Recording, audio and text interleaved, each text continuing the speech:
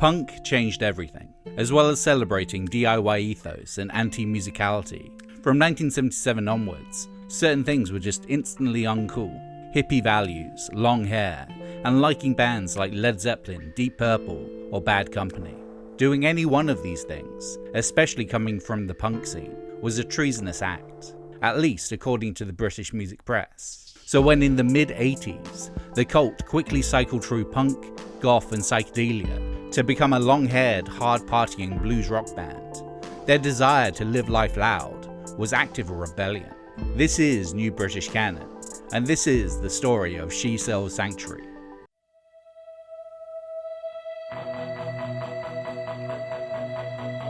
Ian Astbury spent his early years in a state of flux. Born in Merseyside, he bounced between living in Canada and Glasgow due to his dad's work as a merchant seaman, accumulating interests in glam rock, the Doors, and First Nations culture along the way. While in Glasgow, on his 17th birthday, his mother died. The months before spent caring for her, watching her slowly waste away from cancer. A mere 3 days after her death, he joined the army, being kicked out almost immediately for wearing a campaign for nuclear disarmament badge. Homeless upon his return, he found purpose following the anarcho-punk band Crass across the country.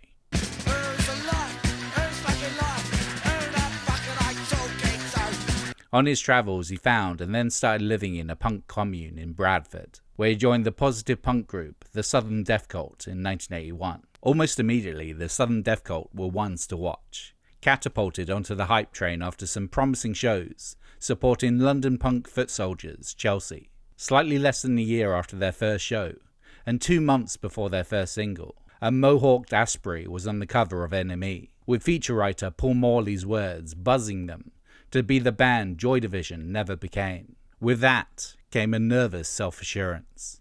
Right now we've got 11 songs, with 4 waiting to spring out. I feel that the material we're beginning to do makes me think, oh f***ing right, instead of thinking, oh well maybe we'll be able to do it next week. The new stuff makes me think, well I'm just gonna go and shit in someone's face. I'm getting that confidence.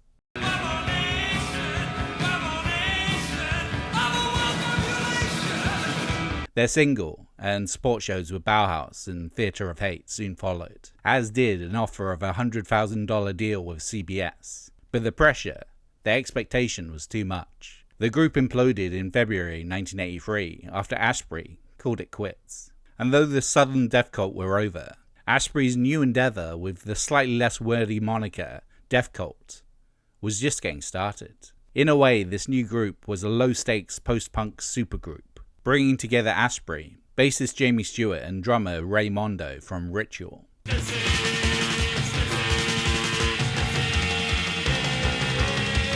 And guitarist Billy Duffy from Theatre of Hate.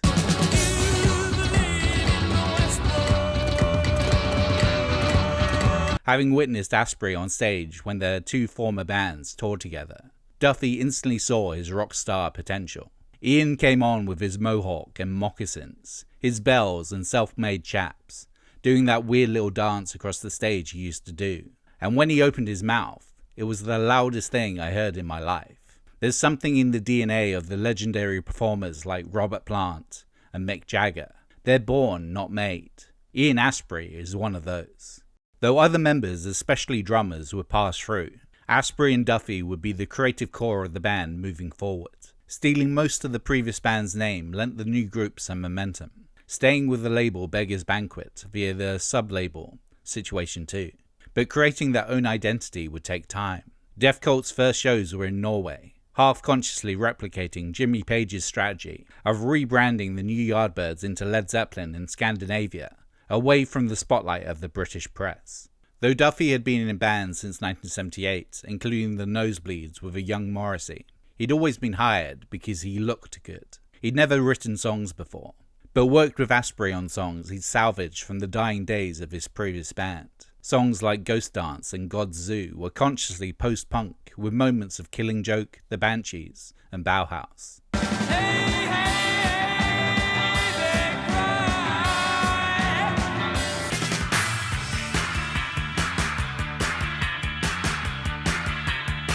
They seemed to fit in with a new wave of bands with spooky names being played in London's Batcave, this gothic rock. Lovers, lovers, lovers of the best time.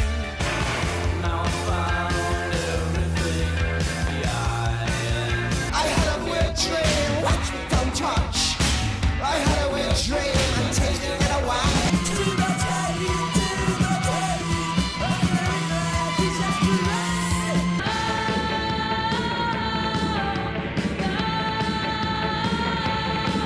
But as they didn't want to be pigeonholed in what could have been a passing trend, they extracted the death from their name and became simply the Cult, and found some new core influences, ones that went against everything punk had stood for. There were certain guidelines in the post-punk new wave movement, and that was to stay clearly away from long hair and guitar solos. So for us, that was like, great, that's exactly where we're gonna start. If that's where we're not supposed to be, according to some erudite journalist, then that's exactly where we're starting. I wanted to find out what the taboo was all about. Then you listen to Jimi Hendrix and Led Zeppelin and The Doors. Excuse me while I kiss the sky.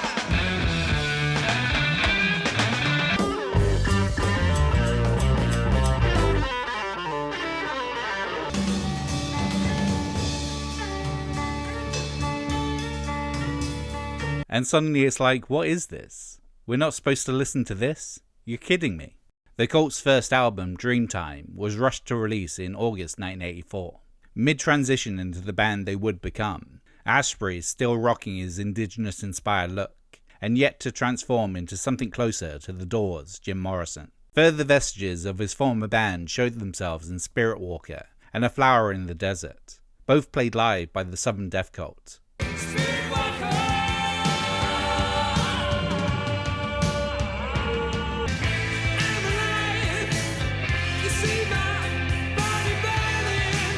The fear was that they weren't keeping up with those around them. All of our peer group, and I'm very loosely talking about Killing Joke, Dance Society, Bauhaus, they all seemed to be getting on top of the pops, and we weren't.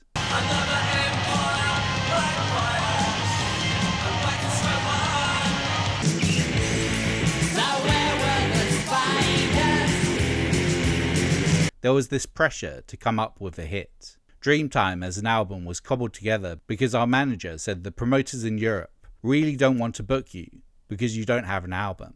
That's as pragmatic and stupid as it was. So we cobbled together an album of the best songs we had at the time. But their moment on the BBC's weekly music show would arrive less than a year later, made possible by the producer of Club Tropicana.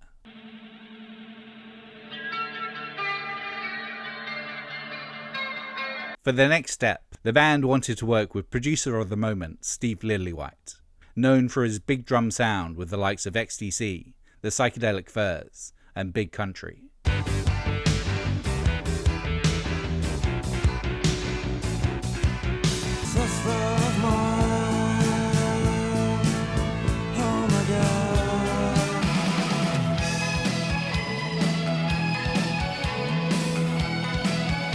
They'd sent the demo to his management company, but it ended up in the hands of the wrong Steve, another producer, Steve Brown. Brown was riding high with pop acts like Wham and ABC.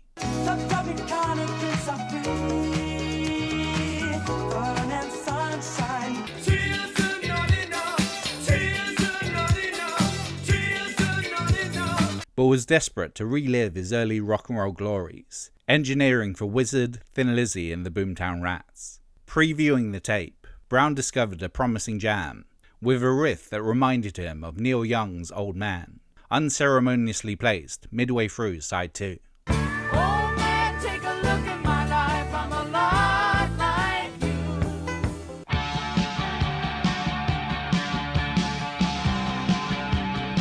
I listened to the demo, and they were quite different. There was no particular coherence. The songs would consist of 7 chords and last about 7.5 minutes. Brilliant in places, but it was tending to become a bit album-like. So I applied the singles formula and edited a cassette demo of She Sells Sanctuary. I took the tape along to the interview, and now it was a complete rearrangement, put into more refined orders. And fortunately, I had picked the song they wanted as their single anyway.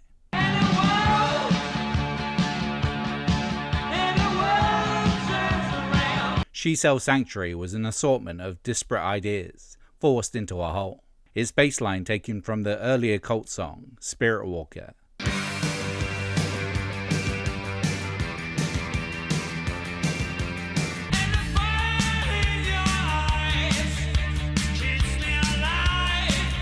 Its guitar sound a product of Duffy's hollow body Gretsch, which he purchased after seeing Bow Wow Wow.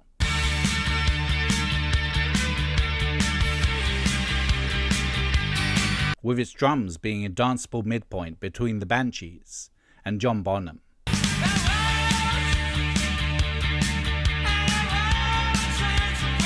Recorded over 4 days in March 1985 as a trial run for the album, the band decamped to Olympic Studios in London, famed for having been the place Led Zeppelin recorded their first few albums, but breathing the same air as those that wrestled Whole Lotta Love into existence, gave Duffy the idea for the track's mysterious, psychedelic opening moments.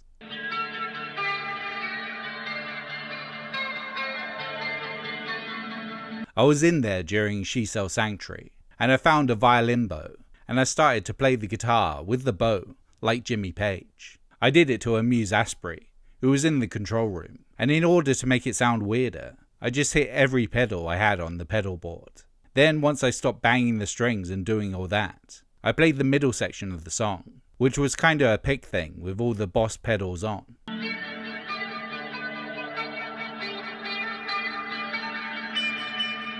And that sound just leapt out. The producer went, hold it, that's great." Despite not really being able to tell what he's singing, Ian Astbury is the star of Sanctuary, a powerful, almost yodel, forcing out a clutch of syllables like if Morrissey was really into Bon Scott era AC/DC.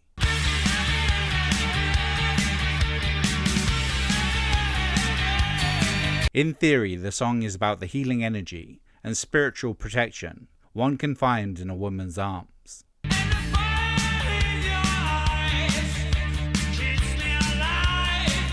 All through the Cult's oeuvre, Asprey would rhapsodize about these enigmatic, almost mythical matriarchal figures, the soul shaker of Love Removal Machine,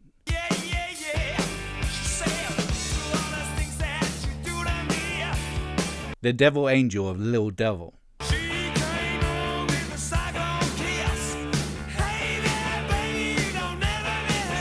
the firewoman and sweet soul sister of their respective tracks.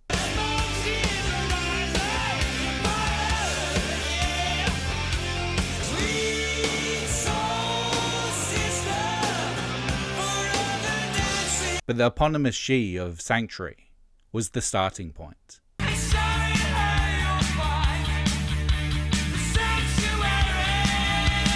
Released in May 1985, after an 11-week climb, She Sells Sanctuary became the band's first top 20 hit, giving them what their contemporaries all seemed to achieve before them, an appearance on Top of the Pops.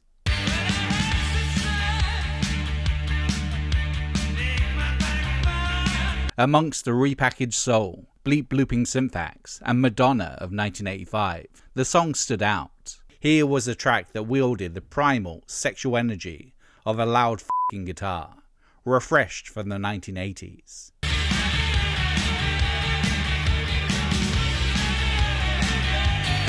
It was hard rock, but it was also an instant indie disco and goth club staple.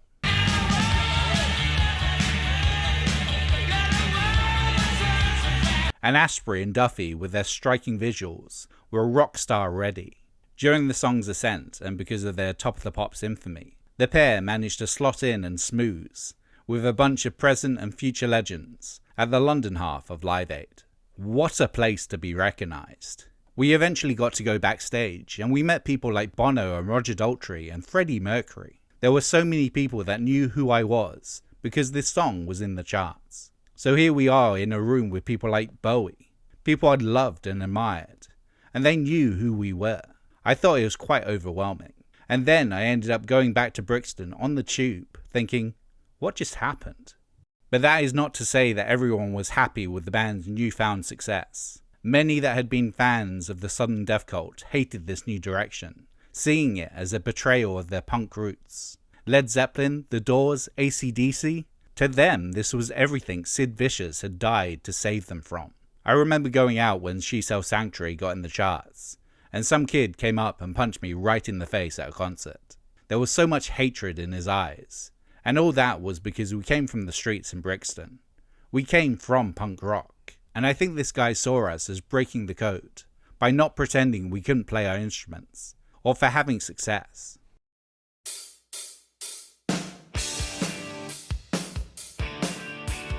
She Sells Sanctuary was followed by its parent album, Love, released in October 1985. The title itself was a further appeal to the hippie values of the 60s, and a middle finger to the hate and war theming of punk. Needing to follow up their first chart hit and having nothing suitable on their demo, Steve Brown challenged the band to create a sister track to Sanctuary, resulting in Rain, the band consciously doing the same propulsive psychedelic post-punk thing again.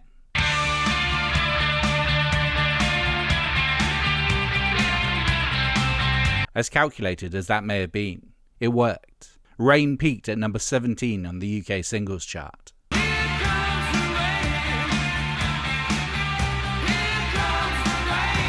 But what really pushed the cult to the next level was when they crossed the pond. In the States circa 1985, due to the rise of MTV, glam metal was starting to seep into the mainstream and racking up their first hits.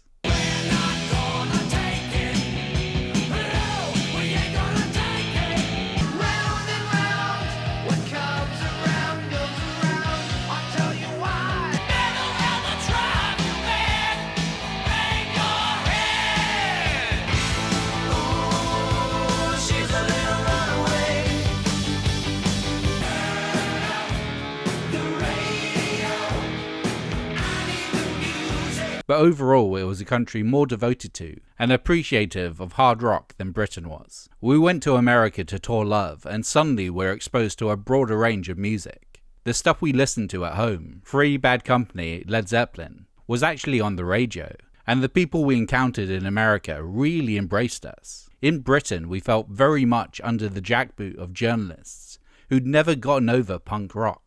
Another band they heard while touring North America that would have a significant impact on their sound was Beastie Boys. Handed a tape with some of their pre-licensed to ill tracks on it in late 1985, Asprey noted the stark Spartan application of AC/DC and Zeppelin in tandem with their Freeway rap attack.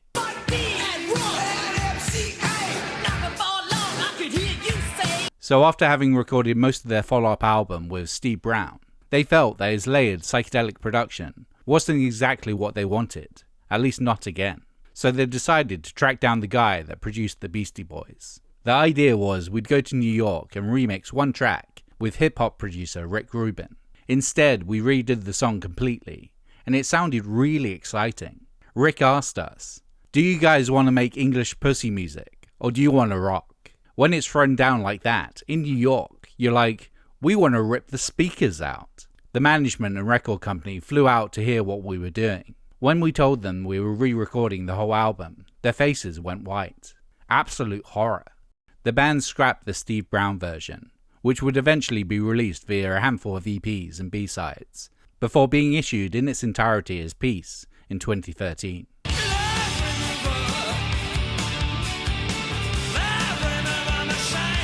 Starting from scratch at New York's legendary Electric Lady Studios with Rubin at the helm, Electric was released in April 1987. Straight ahead, back to basics rock music, loud guitars with a focus on groove rather than speed.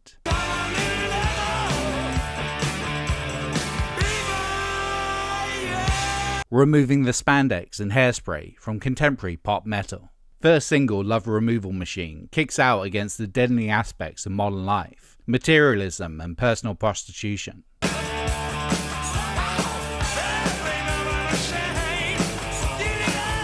While still having space for Duffy's pyrotechnic soloing.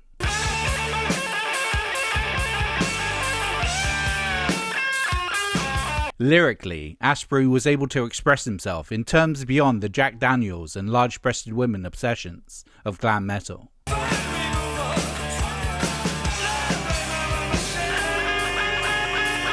Around this time, Britain's premier hard rock and metal magazine, Kerrang!, saw them as the most promising British rock act since Def Leppard.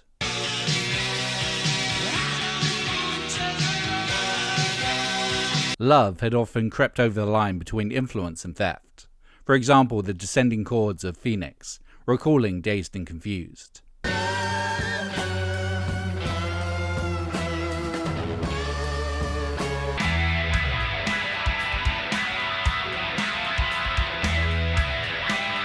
But as life-affirmingly great as Electric was, critics' claims of rock and roll embezzlement were even louder. Many seeing the album as simply a collection of recycled Zeppelin, AC/DC, and Rolling Stones riffs.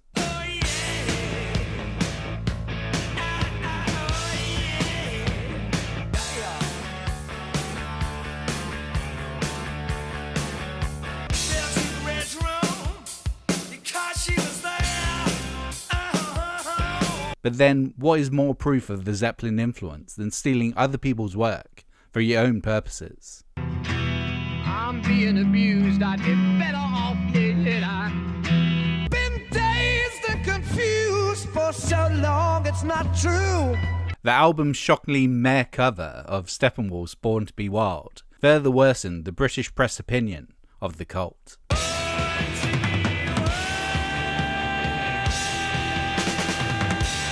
You can take it for what it is. We're fans of blues-based rock music, and a lot of the natural runs and riffs have been done before. For example, Love Removal Machine does sound similar to Start Me Up, right?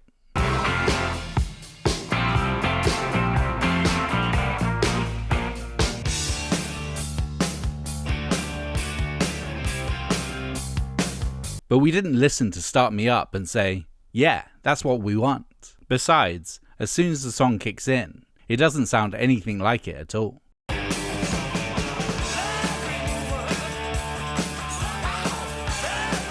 Their profile increased with a US tour supporting Billy Idol in the spring of 1987, making Electric their first album to go platinum stateside. Increasing their Road Warrior credentials, they embarked on their own summer sojourn with a little band called Guns N' Roses in support.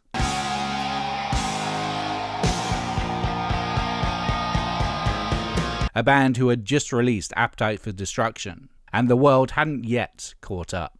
These tours were inevitably messy. Asprey now completely transformed from the teetotal crass obsessive of the Southern Death Cult to the self-constructed madman persona, Wolfchild, drinking to excess, smashing whiskey bottles over his own head, and trashing equipment on stage at any opportunity. Supposedly he once nearly choked to death on his own vomit in Billy Idol's tour bus. The pressure again was getting to him, and his bandmates weren't sure what to do. I'd sit in the gym the next morning talking to Billy about what Ian had been doing the night before, whether it was walking naked across his balcony railings at 2 o'clock in the morning, or getting drunk and trashing some club. He was having a difficult time of it. It got to the point where no one could relate to him.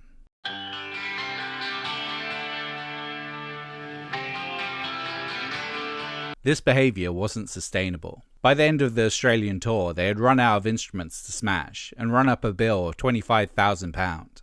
With the income for the entirety of their world tour, they were just about breaking even. 1989 brought a new album, the lushly layered radio rock of Sonic Temple. Their US commercial peak, produced by Bob Rock of Slippery When Wet and Permanent Vacation fame.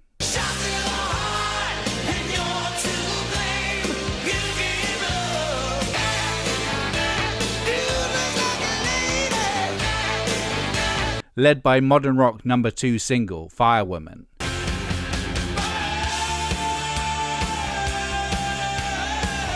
And aided by a tour supporting not yet multi-million sellers Metallica, Sonic Temple was their only album to hit the Billboard Top 10. Despite the success, Asprey further plunged into oblivion. Days before the album's release, his dad had revealed a terminal cancer diagnosis. The same day, the band performed Firewoman at the 1989 MTV Video Music Awards, the shock causing Asprey to sleepwalk through in a dazed stupor. Can't sleep, can't do anything right, little honey, since I said my... Later being reprimanded by both the band's management and his then-girlfriend for not properly capitalizing on this opportunity. In February 1990, his father died, but due to tour commitments, Asprey had been unable to spend as much time as he would have liked with him. Drinking was his way of coping, unhelped by the touring partners so renowned for their intake they'd earned the nickname Alcoholica. I had become everything I used to hate. If I was 17 years old and I'd seen myself walking down the street at 27, I would probably have crossed the street and spat at myself. I was physically addicted to alcohol. I was doing blow. I was basically trying to kill myself, slashing myself up with a knife. But it was just my way of saying help, and there was nobody around to help me. There was nobody around who cared enough to help pull me out of it. Sobriety eventually arrived, but by this point, mainstay bassist Jamie Stewart had left. Asprey and Duffy were no longer on speaking terms, and most career-ruining of all, they had released their new 6th album, Ceremony, the same day as Nirvana's Nevermind. Sweet salvation, baby. That's my heart made of. Their moment in the spotlight was over. Monster ballads and blues rock were no longer cool. That was unless it was played by Seattleites, clad in flannel. However, there is a school of thought that believes the Cult was pivotal to the development of grunge. Kerrang has gone against the mostly accepted theory and said it was the lean, mean Capital Rock of Love Removal Machine and not Smells Like Teen Spirit that killed the excesses of hair metal. And, possibly, there are moments in some of the band's Stone Gossard played guitar that recall the loud cocksure riffage of the Cult. Just a star dog, a champion.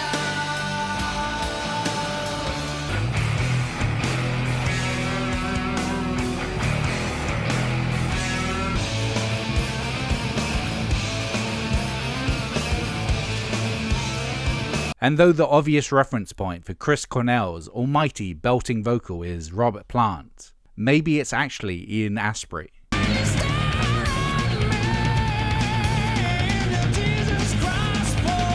Billy Duffy has his own theories. I wouldn't say we invented grunge, but there are a couple of facts that can't be disputed. The first track on our album, Love, is called Nirvana.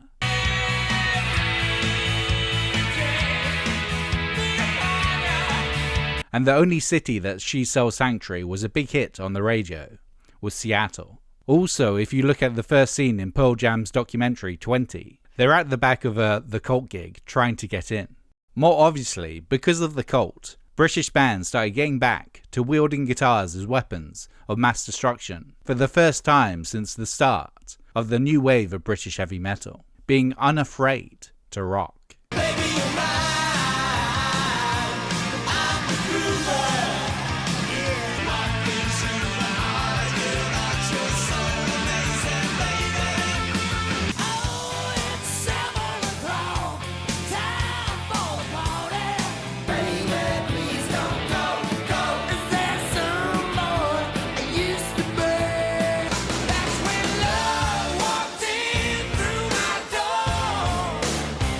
Later on, it seems unlikely that British groups like the Wild Hearts, Manic Street Preachers, Reef, Muse, and even The Darkness would rock so unashamedly without the Cult paving the way. I wanna go where the people go, yeah.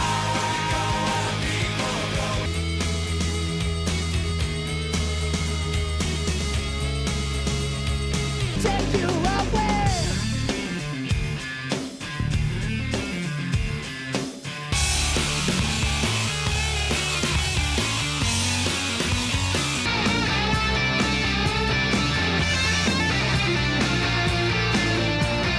We heralded a change that culminated with everyone buying Appetite for Destruction, and we were treated badly for standing up and saying there's nothing wrong with organic rock music. Ian wears his heart on his sleeve, and he shows where he's at in his dress. We were into heavy rock, but we weren't a metal band, and the English music press felt scared by that. They didn't have a clue what we were doing.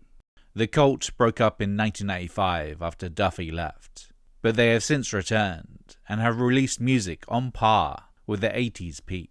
Give me mercy, love will find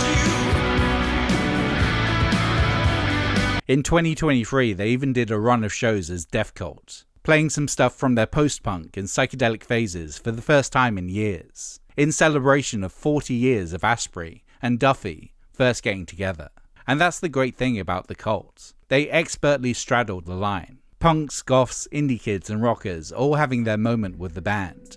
She Sells Sanctuary a unifying dance floor anthem, and they achieved this by breaking the rules, the same as any revolutionary group. They played what they wanted to play, with all the baby baby babies, long hair and Stones riffs they wanted. As important as punk was, the restrictions were never the point. It was all about the attitude, about having the confidence to do what you want, whether that's creating a psychedelic rock dance anthem or collaborating with hip hop producers to bring back British rock music. The Cult went their own way. They rocked like no one else was watching.